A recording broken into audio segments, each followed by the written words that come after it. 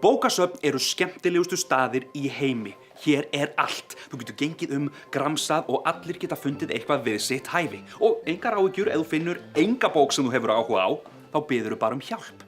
Af því það að heimsækja bókasafn er pínulítið eins og að leggja á stað í æsispennandi leiðangur. Stundum þá verður maður bara að stoppa og spyrja til vegar. Og ég með góðar fréttir fyrir ykkur öll. Leið og þið eru búin að lesa skemmtilegu bókina sem þið fenguð á bókasafninu, þá mætið þið bara aftur á bókasafnið, skilið henni og fáið enn skemmtilegri bók lánaða í staðinn.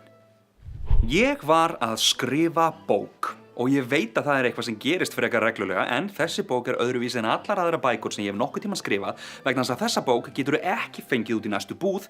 Nei, þessi bók er bara skrifuð fyrir bókasöfn sem er brjálæðislega töff.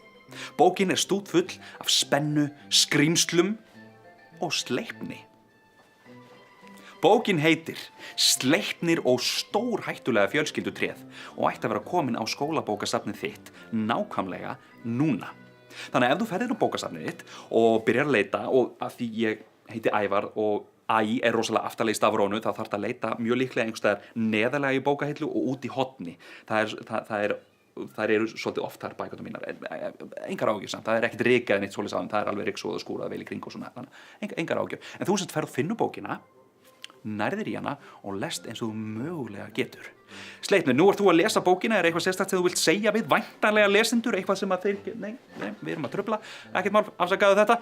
Þá segi ég bara við ykkur, kæru væntanlegu lesendur, góða skemmtun og passið ykkur á loka, hann leynist víða.